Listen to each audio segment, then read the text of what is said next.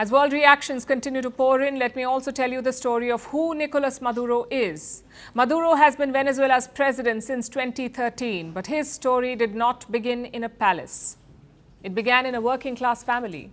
His father was a trade union leader. Maduro himself worked as a bus driver in Caracas. In the early 1990s, Maduro was drawn to a radical soldier-turned-politician. His name was Hugo Chavez. Chavez was a former army officer. In 1992, he tried to overthrow Venezuela's government. It was a failed coup. Chavez landed in prison. But his defiance also made him a national hero, especially among the poor Venezuelans. They were angry at the growing corruption. They were disappointed with the political elite. And Nicolas Maduro was one of them. He campaigned for the release of Hugo Chavez. That happened in 1994. Chavez was out of jail, and in 1998, he became president. With his rise, Maduro moved into the heart of power. First, he became a lawmaker, then he became the foreign minister of the country, and eventually he became the successor to Hugo Chavez. In 2013, when Chavez died, Maduro rose to the top. He won a tight and contested election, and that was the start of his presidency. But what followed was an economic catastrophe. Hyperinflation reached record levels, food and medicines became scarce, and millions of Venezuelans fled the country. Between 2014 and 2021, Venezuela's GDP shrank by at least 3/4. Maduro's rule also brought in political unrest. Protests erupted against his government in 2014 and 2017. But security forces cracked down hard on the protesters. Rights groups have accused his government of unlawful arrests, torture, and extrajudicial killings.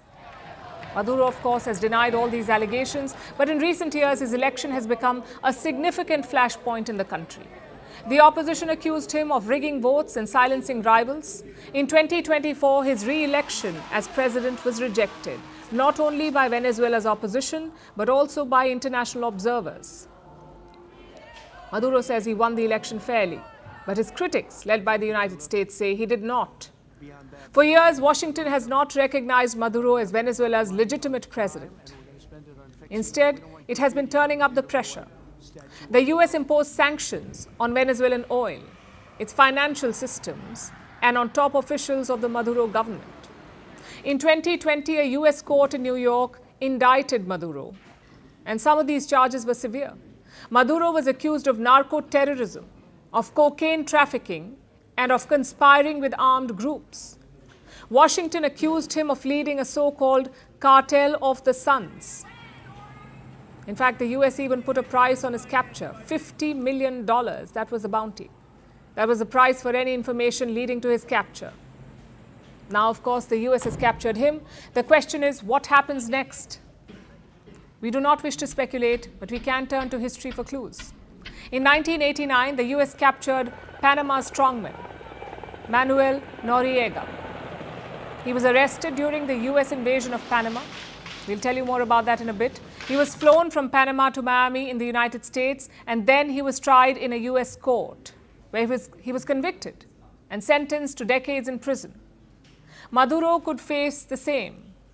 The US has already announced drug and terrorism charges against him.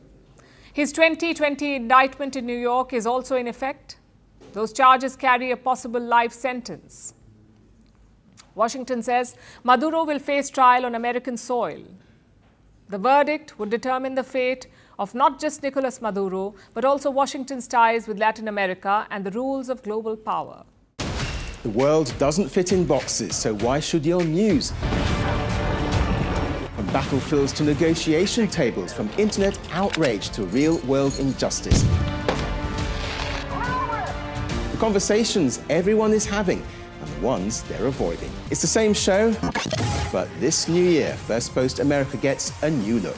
I'm Kerry Johnston, and this is First Post America.